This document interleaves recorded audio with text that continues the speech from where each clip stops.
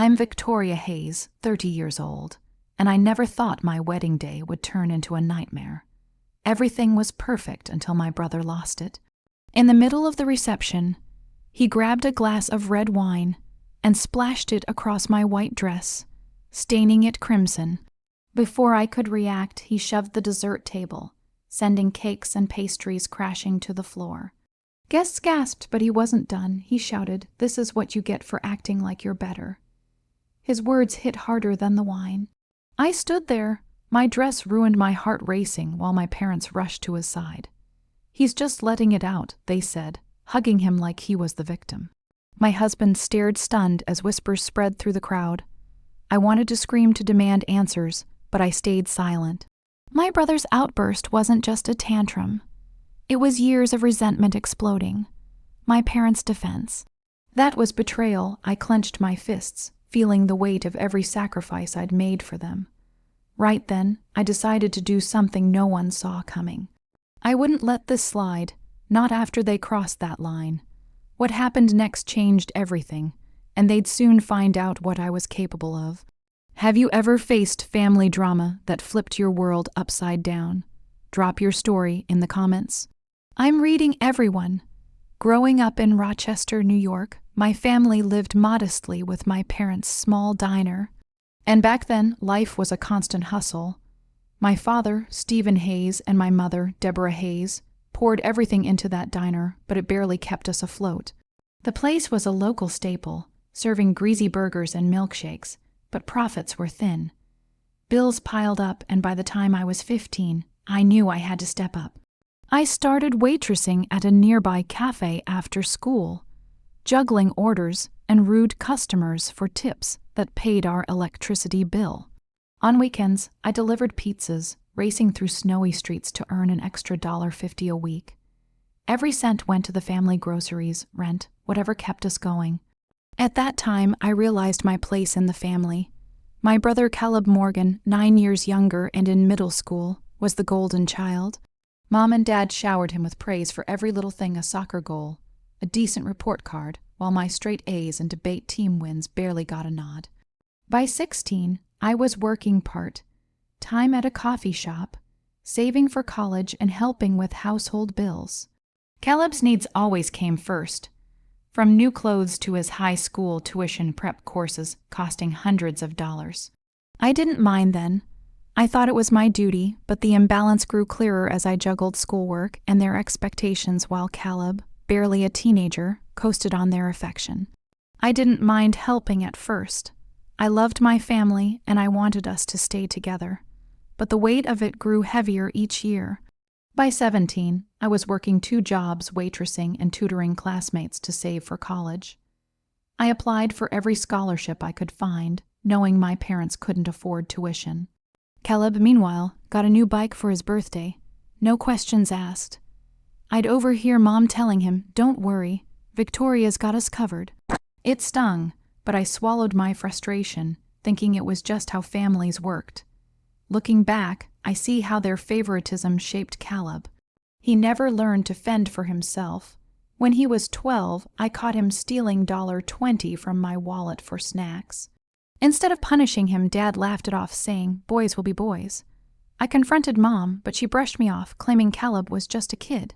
That was the first time I felt a crack in our family bond. I started noticing how they'd praise Caleb for the smallest things, like passing a math test, while my straight or report cards got a nod at best. I kept working, kept paying for our needs, but the resentment started to build. By the time I graduated high school, I'd earned a full scholarship to a state university. It was my ticket out, but I didn't leave my family behind. I sent money home every month, $2, $100 here, $3, $100 there to cover Caleb's school supplies or the diner's overdue bills. Caleb was 15 then, old enough to get a part-time job, but my parents never pushed him. "He's not like you, Victoria." Once, as if I was born to carry the load, Caleb would smirk, knowing he'd get whatever he wanted without effort. I'd see him with new headphones or a fancy jacket, and I'd wonder why I was the only one sacrificing. That dynamic set the stage for everything that came later. My parents' diner never thrived, but they always found money for Caleb's whims, money that often came from me. I thought I was helping my family survive, but I was enabling Caleb's dependency. His entitlement grew, and so did his bitterness toward me. I didn't realize how deep it ran until years later when it all exploded. My hard work kept us afloat, but it also planted the seeds for Caleb's jealousy, a ticking time bomb I couldn't see coming. After graduating college, I started my job as a software engineer at a major company.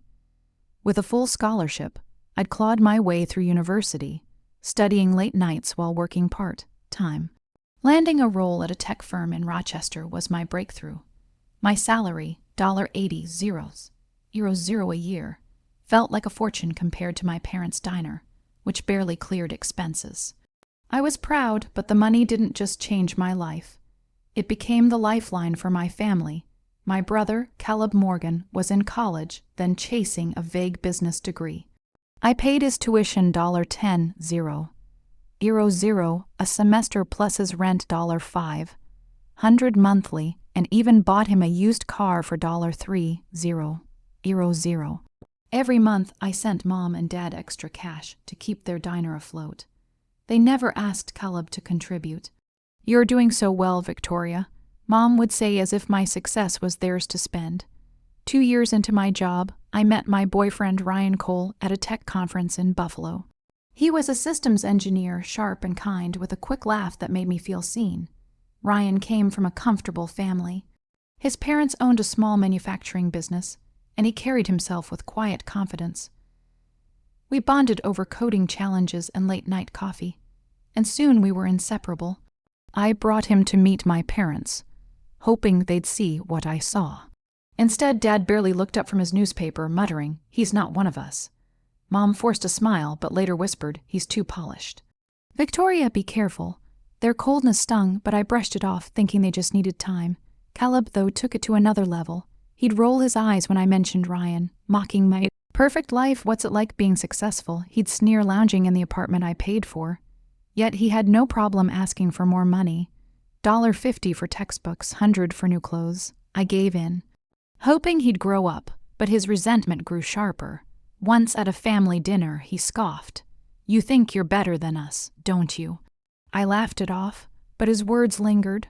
Mom and Dad didn't correct him. They just changed the subject, praising Caleb's latest C-grade exam like it was a Nobel Prize. My promotions, my projects. They barely got a nod.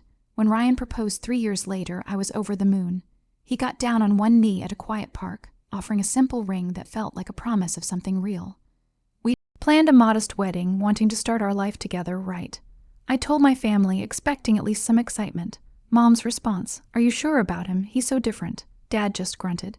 "Hope you're not rushing." Caleb was worse. He texted me, "Getting married to your fancy guy." Good luck keeping up with his world. His sarcasm cut deep, but I ignored it, focusing on Ryan's support. Still, I kept sending money, $600 that month alone, for Caleb's car insurance and Mom's new diner equipment. The tension peaked when we announced our engagement at the diner. I'd hoped for a warm moment, maybe a toast. Instead, Mom sighed. "Weddings are expensive, Victoria. Don't expect it to chip in." Dad nodded, adding, "Caleb's got his own expenses." Caleb smirked, saying, "Yeah, don't let your big-shot fiancé make us look bad."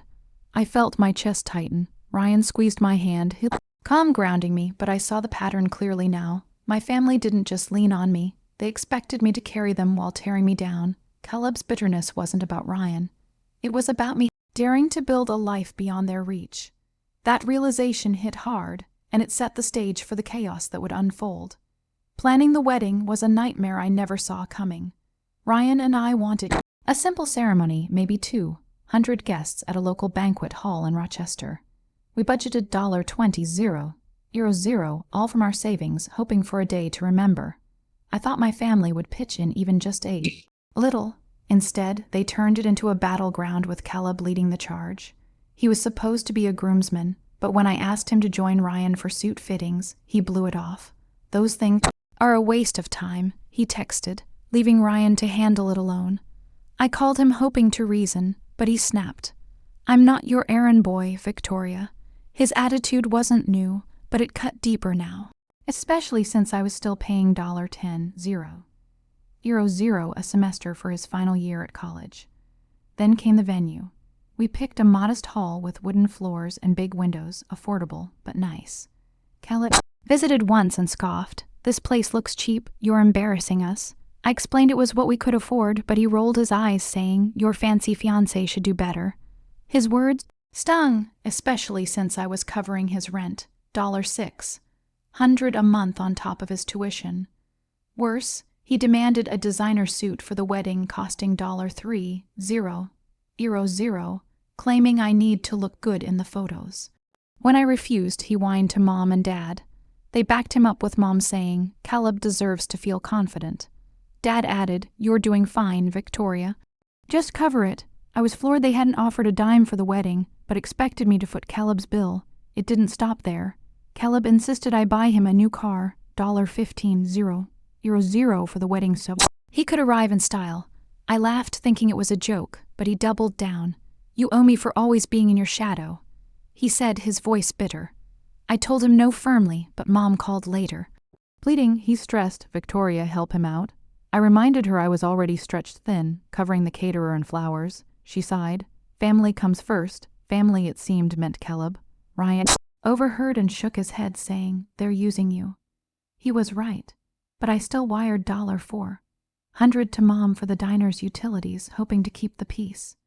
The breaking point came during a planning meeting at the diner. I brought sample invitations, excited to share them. Caleb glanced at them and smirked. "These look like they are from a discount store." Mom nodded, adding, "Maybe something classier." I swallowed my frustration, but when Dad suggested I pay for Caleb's car to keep things fair, I lost it. "Fair," I said. "I'm paying for everything: venue, food, my dress. Where's your help?" Dad shrugged, saying Caleb's got enough on his plate. Caleb just grinned like he'd won. Ryan squeezed my hand, whispering, "You don't have to do this alone." His support kept me grounded, but I felt the weight of their expectations crushing me. That night, lying awake, I replayed every time I'd bailed them out tuition, rent, bills. I'd been their safety net for years, but they treated me like a bank. Caleb's demands weren't just selfish, they were a power play, a way to drag me down. Mom and Dad's blind support for him wasn't love. It was enabling. For the first time, I saw how I'd let this go on. Too long, I'd given Caleb everything, thinking it was my duty, but it only fed his entitlement. Ryan had been telling me to set boundaries, and now I understood why. I wasn't just planning a wedding. I was planning a life, and I couldn't let my family hold me back. That realization shifted something in me, pushing me to take control before it was too late. The wedding day arrived. The sky was clear, and I thought everything would be perfect. I walked down the aisle in my white lace dress, heart pounding as 100 guests smiled from their seats. Ryan waited at the altar, his eyes warm and steady, promising a future I'd fought for. The ceremony was flawless, our vows heartfelt. At the reception, we took our first dance, swaying to a soft jazz tune, his hand firm on my waist. For a moment, I forgot the months of family tension, believing we'd pulled it off. Then Caleb, my brother, shattered everything. After a few glasses of red wine, Caleb stumbled toward me, his face twisted. With anger, without warning, he flung his glass, splashing wine across my dress. Crimson stains blooming like wounds. Gasps rippled through the crowd. Before I could speak, he shoved the dessert table, sending cakes and pastries crashing to the floor. "This is what you get for acting like you're better," he shouted, his voice slurring but venomous. Guests froze, forks clattering. Ryan stepped in front of me, his jaw tight, but Caleb kept going, pointing at me. "You think you're above us, don't you?" My dress was ruined, my heart racing, but what came next was worse. Mom and Dad rushed to Caleb, not me. "He's just letting it out," Mom said, patting his shoulder. Dad nodded, adding, "He's had a rough time, Victoria, rough time." I was stunned. Ryan whispered, "They're defending him." The betrayal cut deeper than the wine stains. I scanned the room. Friends, colleagues, Ryan's parents, all staring. Some whispering. My best friend Kelsey mouthed, "Are you okay?" I wasn't. Years of carrying my family, and this was how they repaid me. Then I overheard Mom whispering to Dad, we needed the money to put toward Caleb's car. My blood ran cold. I'd saved $10,000 for our honeymoon, a trip to the Bahamas we'd planned for months. I checked my account the week before, cleaned out. I'd assumed a bank error, but now it clicked. You took my honeymoon money. I asked, voice shaking loud enough for nearby guests to hear. Mom's face palled. Dad stammered. Caleb needed a reliable car. Victoria, you've got plenty. I'd paid for the entire wedding. $30 from my own pocket. Caleb smirked, not even denying it. I couldn't hold back. You stole $10 from me, I said, turning to face the room. My parents took my honeymoon savings to help pay for Caleb's car. Guests gasped, some murmuring in shock. Ryan's mother, Linda, looked horrified. His father, Richard, shook his head. Mom tried to hush me, saying, "Don't make a scene." But I was done hiding their selfishness, a scene I snapped.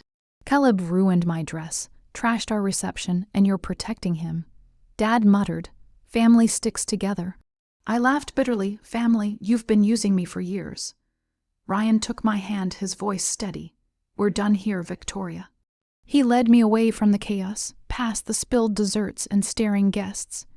My dress was a mess, my heart broken, but my anger burned brighter. They'd crossed a line, stealing from me, defending Caleb's outburst, acting like I owed them. As we reached the exit, I looked back at Caleb, still grinning, and my parents whispering excuses. I knew then I couldn't keep carrying them. Their betrayal wasn't just a moment. It was a wake-up call, and I was ready to answer it. The morning after, I sat at my laptop, ready to end all support. The sting of Caleb's outburst and my parents' betrayal burned fresh. Ryan sat beside me, his presence steady as I logged into my bank account. For years, I'd sent money $10.00 per semester for Caleb's final year at college, $600 monthly for his rent, $300 for his car. No more. I canceled the recurring transfers, my hands shaking, but resolute. Next, I called the travel agency to cancel our Bahamas honeymoon, a $10.00 trip we could no longer afford after my parents' theft. "We'll stay home," I told Ryan, my voice steady. He nodded, saying, "Whatever you need, Victoria." His support gave me strength, but I braced for the fallout. Caleb's reaction came fast. By noon, my phone buzzed with his texts. "You cut me off real nice, Victoria." One read, another, "You're a selfish jerk hoarding your money." Then came a voicemail, his voice dripping with venom. "You think you can ditch me after all I've been through?" I didn't respond. His words hurt, but they also clarified things. He'd never seen me as a sister, just a wallet, especially now that he couldn't finish his senior year without my help. I deleted his messages, each one fueling my resolve. Ryan watched his jaw tight. "He's lashing out because he's scared," he said. I nodded, but fear didn't excuse his entitlement. That evening, Mom called. "How could you do this to Caleb?" She demanded, her tone sharp. "He's struggling without your help." I reminded her of the wedding, his tantrum, the stolen $10.00. She brushed it off. "You're abandoning your family," she said. "We raised you better. Raised me. I've been raising them since I was 15, covering bills while Caleb got new sneakers." Dad's call came next, his voice gruff. "You're punishing Caleb for one mistake," he said. "Fix this, Victoria." "One mistake." I laughed bitter. "I've paid for his life for years," I replied. "I'm done." He hung up, leaving me staring at my phone, their words echoing like a slap. The next day, Caleb escalated. He left another voicemail yelling, "You owe me, Victoria.